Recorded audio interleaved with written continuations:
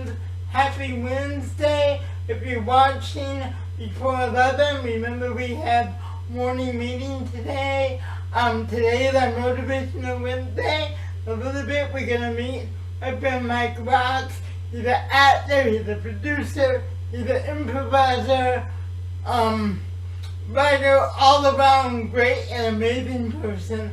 Can't wait for you to meet him. I met Mike through our community I'm a part of, Impro LA, and I started taking classes last year through Impro Theater. They're located here in LA. I love working with them. I've learned so much. I've met so many great people through them, like Mike, who you're gonna meet in a little bit.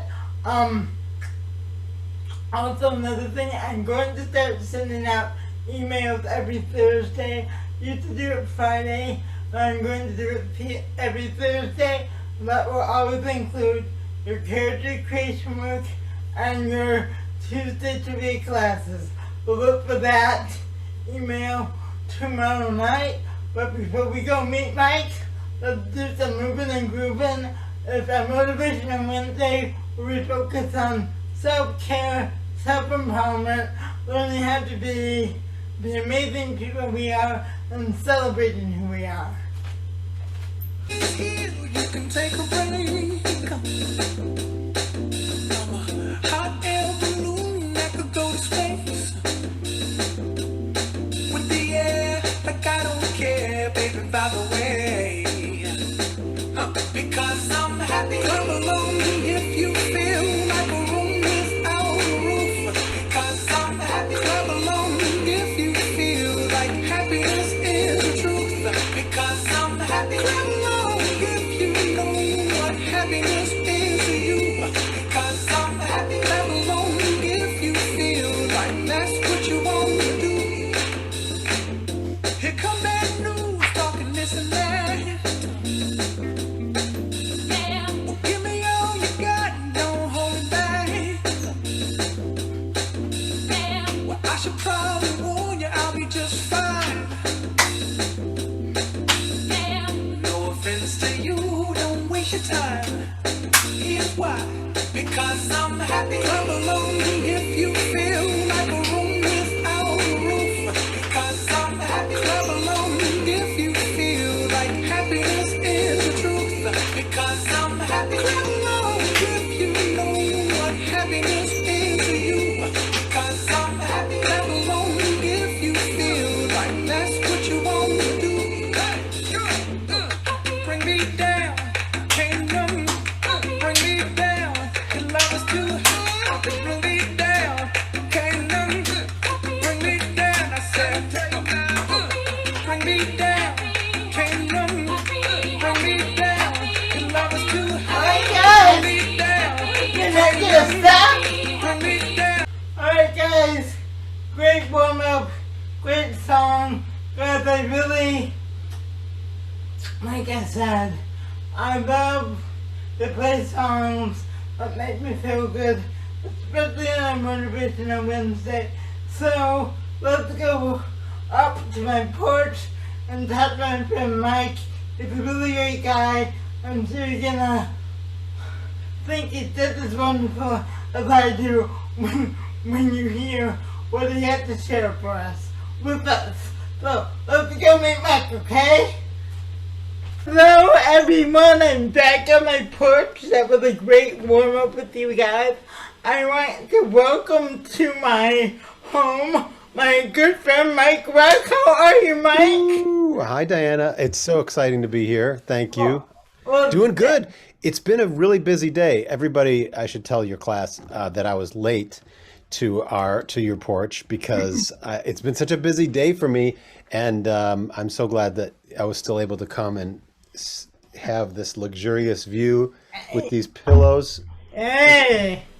Pillows are kind of small when you reach them like that. They're a little bit- Only the best for my friends. So, Mike, well, what were you doing today before we get into the interview? Because what were you doing today? So that you were so busy. So my partner made a movie. She's made a couple short films in the past, but she made a short film recently. So this morning we were doing a lot of businessy, paperworky kind of stuff for that.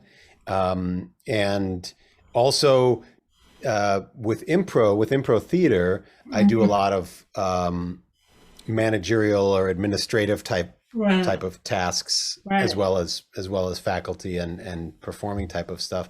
And so today there was we had a few of us who are more on the administrative side of things had a meeting that just it gets into just all kinds of like what's going on presently, what are we trying to do in the future, and sometimes our conversations can go on for a minute. So today there was a lot of that. And off the record, we're on the record. Please tell your partner, and I always pronounce her name wrong, but tell her I think she's absolutely amazing, and I saw her on Heartbeat, and I was like on the floor. Oh my gosh. She does that crazy character that sometimes is smoking 2 cigarettes at the same time. Oh my, no, totally though. And I would love to have her on too, but I mean, please tell her tonight or when you see her later. Yeah. Diana Jordan thinks she's absolutely amazing. I will. And wonderful. I will, and I'll try. I think I can take credit for the prop cigarettes, Yeah. and then I have to give credit to Michelle Spears from Impro, who gave me those prop cigarettes from. Michelle Spears directs plays at Harvard Westlake High School. They did a production of Guys and Dolls a couple years ago. Right. And in Guys and Dolls, there's all this smoking and drinking and playing cards and all this stuff. And Michelle had these extra cigarettes, and we were just talking. I can't remember what show we were doing at Impro, but we were talking, and I said, "Oh, it'd be fun to have a fake cigarette." And she looked at me. She said, I have a lot of fake cigarettes. Oh my gosh. So guys, Michelle Impro, this is how I know Mike is. Last year I started taking classes at this wonderful place called Impro, and I've had a lot of my friends from Impro that have conversations because I think they're so amazing, and Mike is one of those people. So Mike, I always like to start out with, how would you describe yourself? If you were giving me a 30-minute pitch about what you do, I'm on the elevator, just like about what you do. What would you say? First of all, long elevator ride. First of all, for anyone who might need it or want it, I'll give an audio description. And I'm gonna ask you to do that too. Yes, Diana Elizabeth Jordan is responsible for teaching me that doing audio descriptions before things is helpful, and I love it. I love doing it and having my guests do it on my thing. So I'm a Caucasian man of Irish descent. Irish heritage. I have salt and pepper hair, which is mostly salt. It's mostly gray right now, maybe because of the pandemic. And I'm wearing a dark blue button-down shirt with a burgundy-colored necktie, and the view on the screen is that I appear to be sitting on a beachfront deck with the ocean in the background and some nice outdoor furniture with pillows. In actuality, I'm in my apartment in Los Angeles. Yeah, and guys, you know, it's really funny. I'm glad you did that because I usually ask my guests to, because my guys know what I look like, so, you know, because they know me well. But I'm glad you did that because I was going to, and a reminder that sometimes I forget too. So thank you, Mike. You're welcome, Dana. I think you also wanted just a 30-second description of I did. A 30-minute would be lovely because I'm sure you could, but why don't we keep this one to 30 seconds, okay? You know, actors will talk for 30 minutes about themselves. Pontificate about yourself. No, yes, please give me your 30-second Mike Rock pitch. So I grew up in Wisconsin, in Madison, Wisconsin, and son of a doctor and a nurse. But my mother, who was a nurse, raised 7 children and segued into doing community theater. So I grew up as a actor, as a community theater actor. In college, I was pre-med. I wanted to be a doctor for a minute. I thought I was going to be a doctor, but I did some comedy acting, some improvisational acting, and then got hooked. And then that became my career. I moved to New York City with a group of people, and we did comedy in New York for several years. And then, but now it's almost been 14 years, I moved to Los Angeles to continue my acting and comedy career. So I have done some television shows. I've done a lot of live comedy theater, and our theater company, which is called Impro, IMPRO Theater Los Angeles, we do full-length, completely improvised plays. And we do those in some of the big theaters in Los Angeles, like the Pasadena Playhouse and the Broad Stage. And we do these plays in the styles of famous authors like Shakespeare and Jane Austen and that sort of thing. I also do voiceovers for television and film and commercials and that sort of thing. So that's sort of the encompassing of my world. What could you say in college was there specific, because we started in pre-med, and I always love these questions. I always love what was the moment. Was there a particular moment? Because for some people it was like, yeah, I did this thing. Because going from pre-med to being an actor is like, what a pretty You're asking. what a bit of transition. So was there a particular, and also like you said, your dad was a doctor, so following, was there a moment where it was like, yeah, was it a series, or was there like a specific show or performance that made you say, yeah, this is what I want to do? It sounds like Diana is asking me what my fall from grace was. Oh, not, believe me, if I had to ask you that, I don't know if occupational therapy to feel, so you know. Yeah.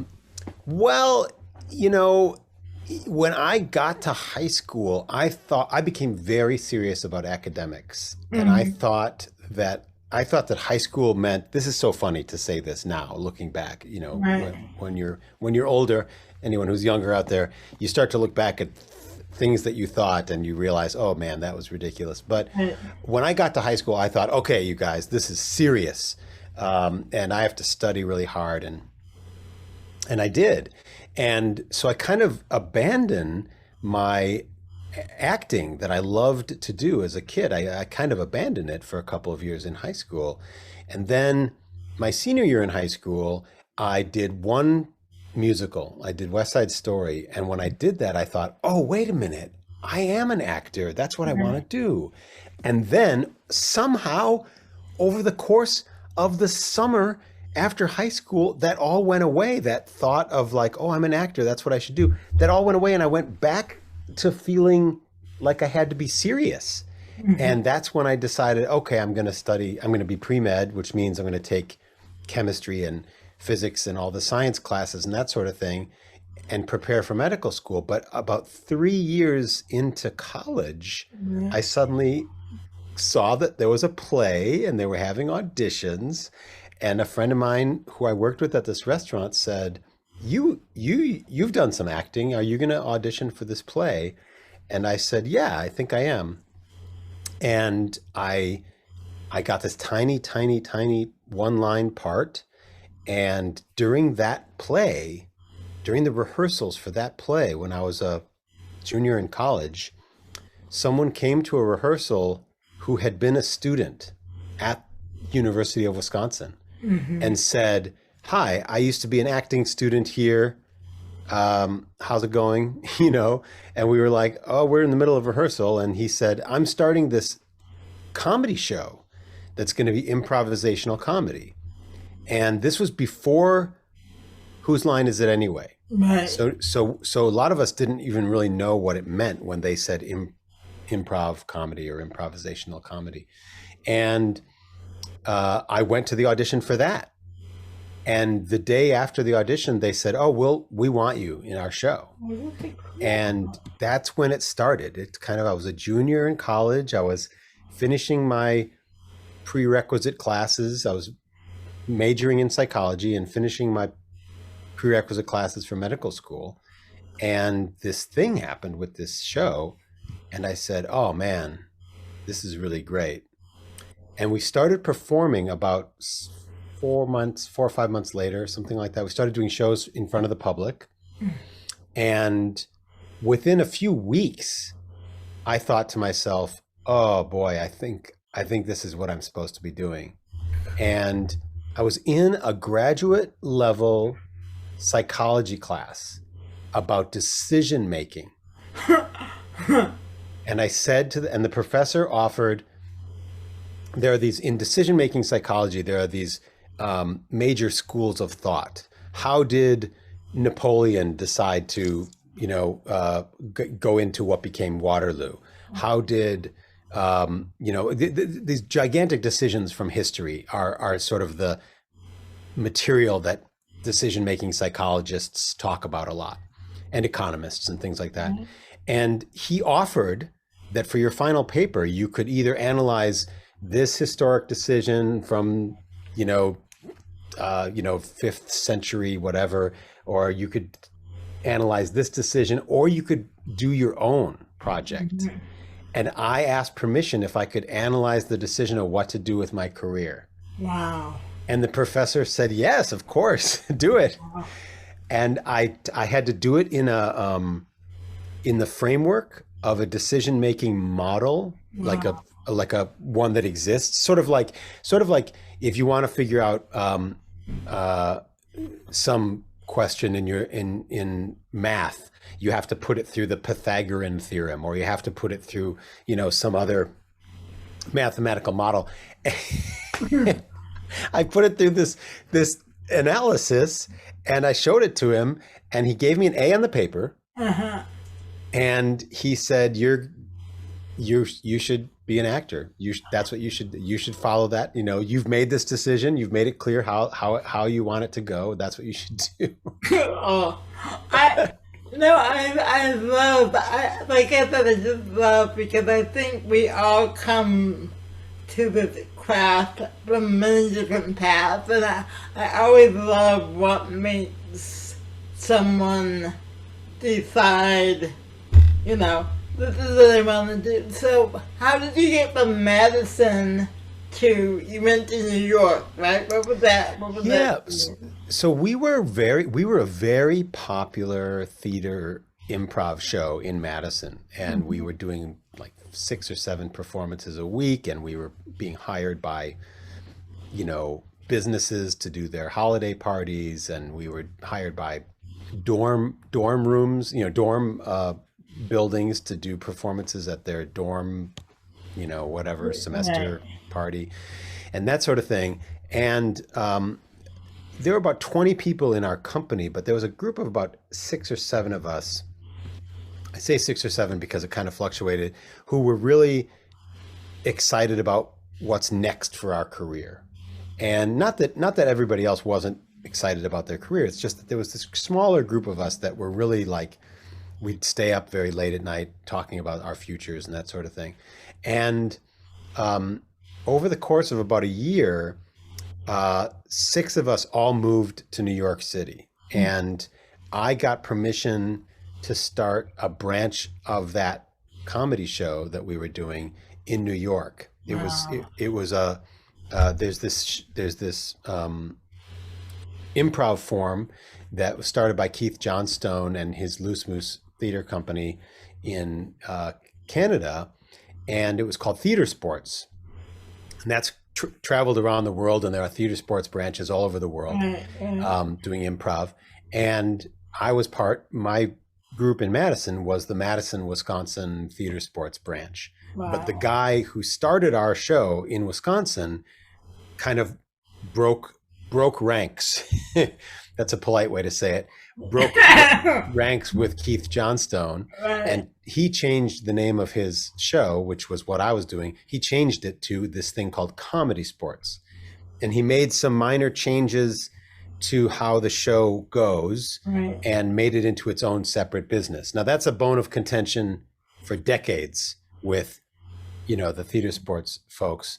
And so I can't deny where I came from because that's where I came from. Right. But so when we moved to New York, my friends and I did improv under the name of Comedy Sports for a few years, and then we broke off and started writing our own comedy, and so we became a sketch comedy group, and did things on MTV and Comedy Central and stuff like that as a sketch comedy group, kind of like Monty Python or Right, Kids in the right, Hall, that sort of right, thing, right. Mad TV, and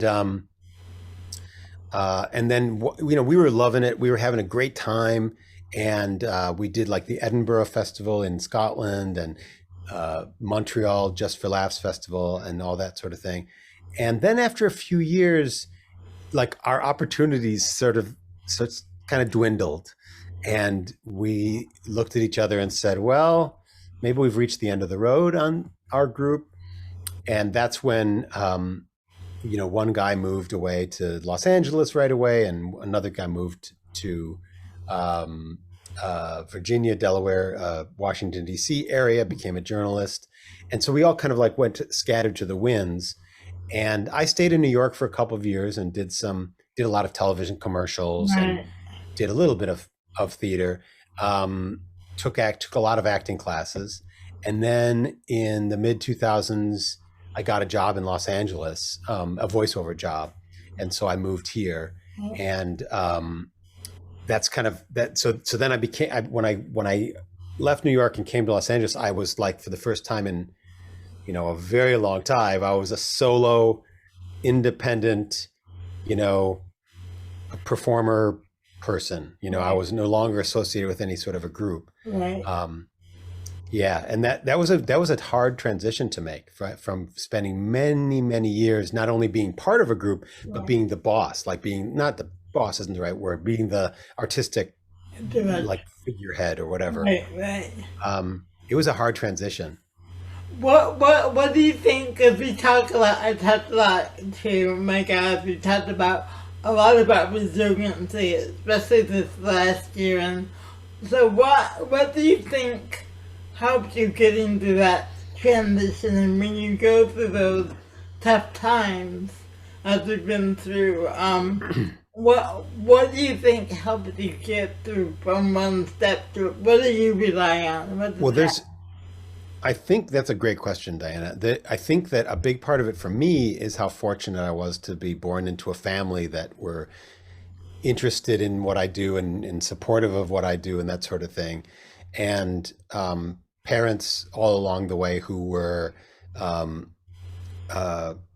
they never questioned, my parents never said to me, like, are you sure you want to try to do acting and that sort of thing. And having good friends, like a good social network of friends and family is, in my case, is what kind of kept me afloat. Not necessarily that I relied on people, like not necessarily that I was always calling people on the telephone or seeing people all the time. Just, I think a big part of resiliency is understanding that you have people who believe in you and support you, whether you fully acknowledge it or not. Right. Most of us have almost depending on how much we're willing to lean on people, we have somebody, Right. Some people are blessed with many, many, many people who are actively involved in their life all the time, and they just know that they're there. Other people, it's further distant people. It's people who you don't necessarily realize that you can rely on them until you actually reach out. There's that old I can't remember if it's like a cartoon or if you would consider it a modern parable, but there's the man on the roof of his house. Water is coming into his house, and the water's coming in, and he climbs up to the second floor, and the water comes up to the second floor, and he climbs up to the roof, and he's on the roof, and somebody goes by in a boat, and says, "Hey, can we help?" And he says, "Like, no, no, no, God's going to help me." Right. And then a helicopter comes by and they say, can we help you?" And he says, "No, no, God's going to help me." And then finally, he meets God, and God says, "I sent you a boat and I sent you a helicopter." So I think resiliency has to do with our own personal acknowledgement that help is available. Right. And in my case, when I first came to LA, I had all these people who I knew, who I'd known for years, some a little bit and some pretty well, who were already here kind of doing their thing. And I was pretty reluctant to really reach out to people.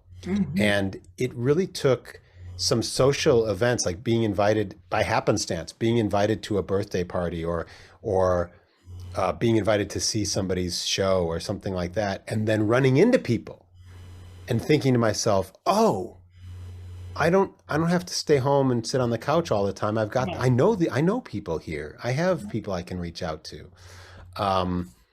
And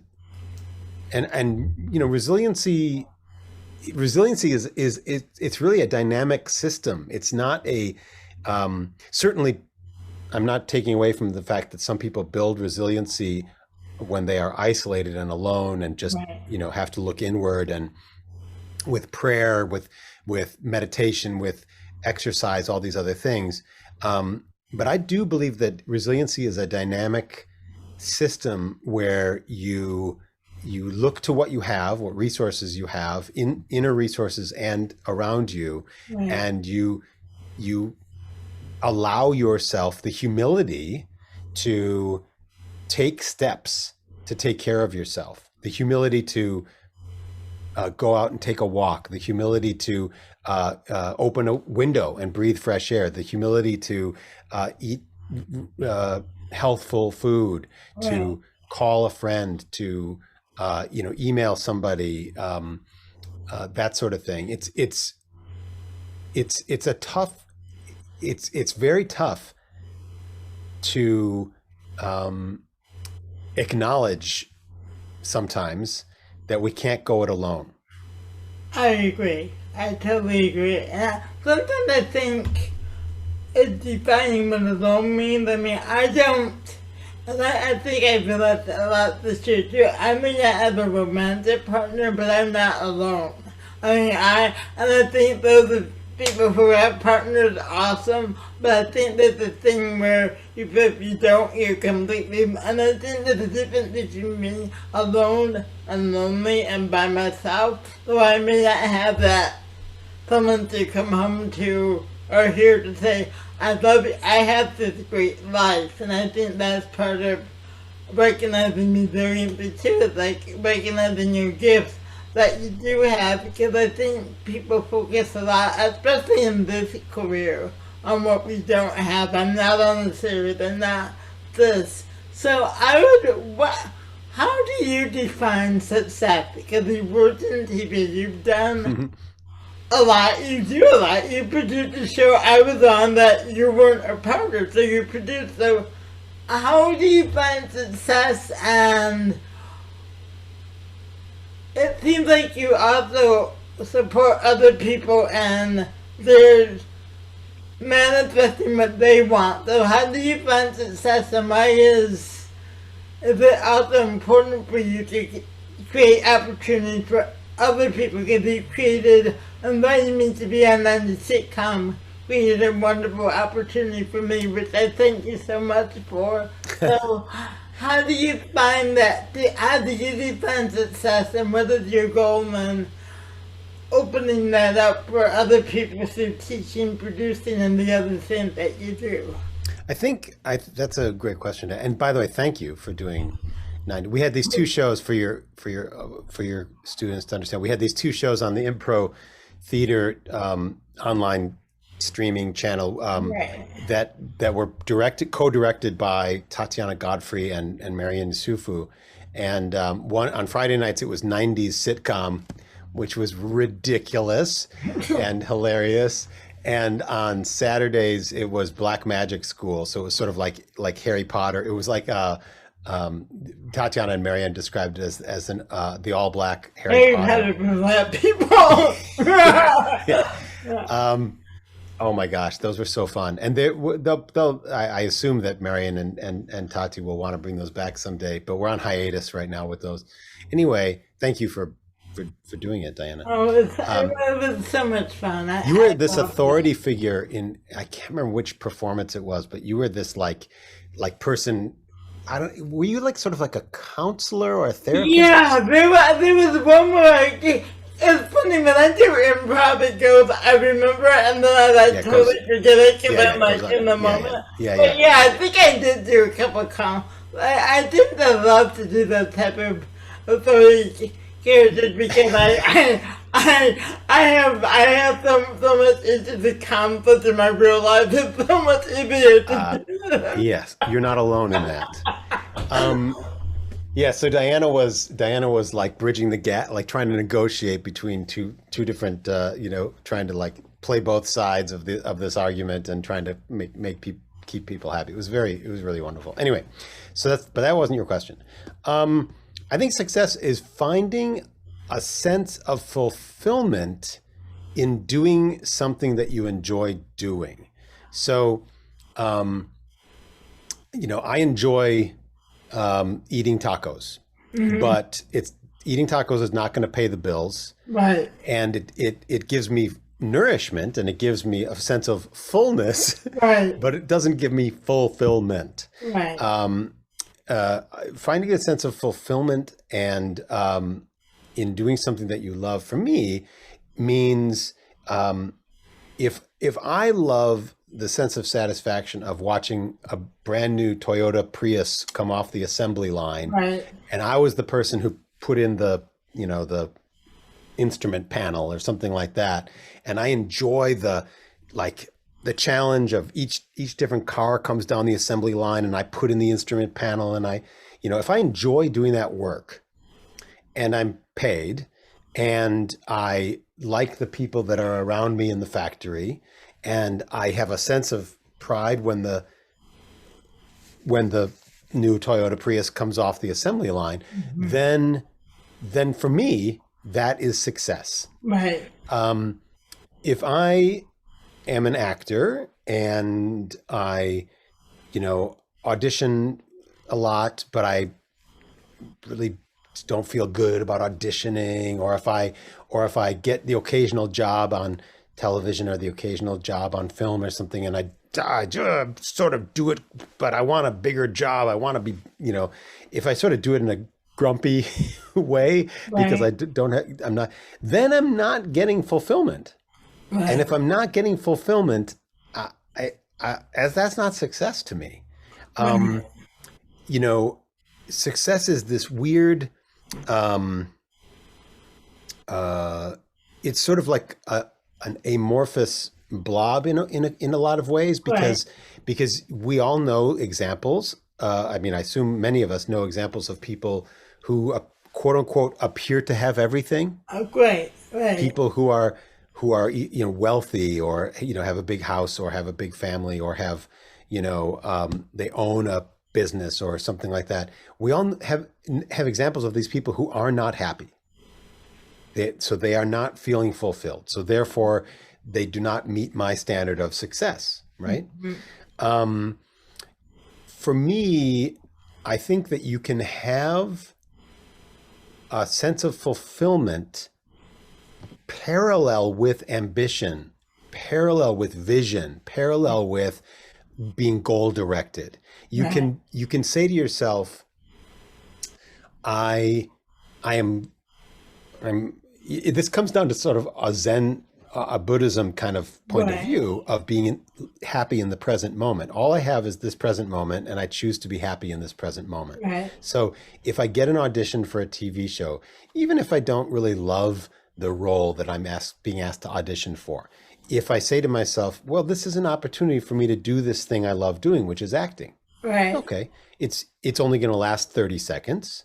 But I'm going to have 30 seconds where I get to do this thing I love to do, which is acting.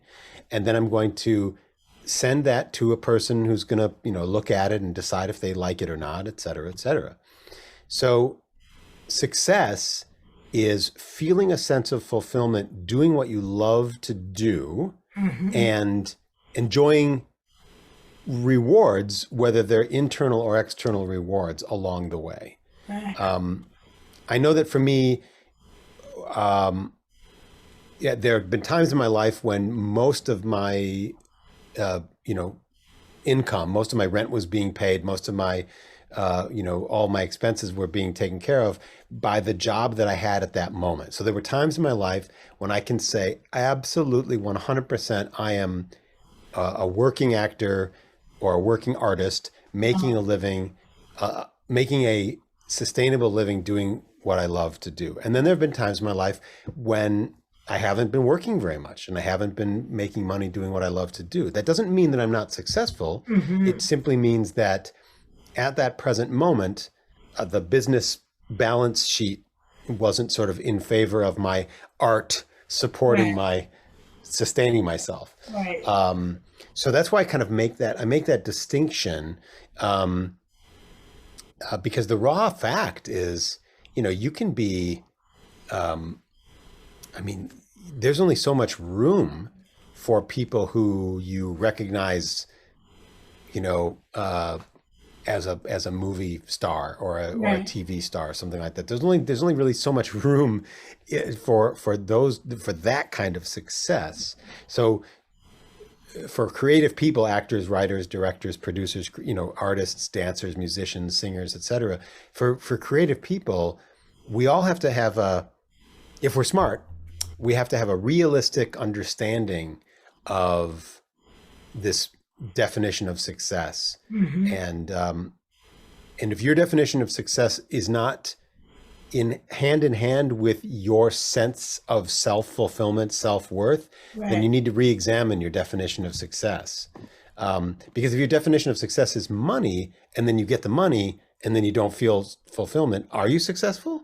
Exactly. I love that, and I think that's one of the biggest lessons I've learned. I have two more questions because this has been great. One, what is the biggest lesson you've learned this past year about yourself? That I can't do it alone. Okay, cool. I love that. Okay, so I'm going to end and then we'll go to your favorite blackout song. I love to pick a word from my jar of words here. And I love you people because every other Wednesday we do a lot of motivational phrases. So I'm going to pick a word and let you just say what you feel about that word. Kind of like a little quote from Mike Rock. So let me get my jar of words here. There's a jar of words. You guys. I have a jar of words. Very expensive piece of paper here too. I go all out for my jar of words. Let me see. Alright, enjoyment. You were just say about enjoyment, because I talk a lot about self-care. So what would you say about enjoyment? If you were to pick anything about enjoying life, enjoyment, what would you say? Enjoy or enjoyment? I would say being with people that you care about and who care for you is enjoyment. Okay. Cool. I love that. Thank you so much. I've been saying this to a lot of people as part of the improv community. I've never met her. Because I just got totally vaxxed. I passed my 2-week period a couple weeks ago, or last Wednesday rather, and I think about this improv community that I've been a part of, and I thought, I've never wanted to hug so many people I've never met before, and I feel and Maddie and Ripley, and it's just this amazing thing when we talk about enjoyment. I felt so welcomed by this improv community of people who literally, Michelle and guys I have not been in the same physical space with, but yet I feel I have the news of the pandemic friendships, and I thank you, my friend, for coming on and sharing your beautiful words of wisdom with my guys, and just thank you so much for being here today. Well, thank you, Diana, for having me. We are all at Impro so excited that you are part of our community, and so thankful that you're part of our community. Cool. Thank you. Well, listen, I always end and begin my classes the same way. But Mike, what is that song that you love to rock out to? I think the song "Beautiful Day" by U2 is a great one to rock out to. Perfect. And that's so perfect for a day like today on my porch. Alright guys, thank you much guys. I'll see you tomorrow on my Thursday class. Love and miss you guys. Mike, you're amazing. Thank you, Diana. Thank you, class, for watching, being part of it. And the reason that you had to care, the traffic is stuck. I don't want to date myself, but the first time I saw U2 live in concert was in 1982. Oh my gosh, you're not sitting here. How old I was. I didn't want to say how old I was in 1982.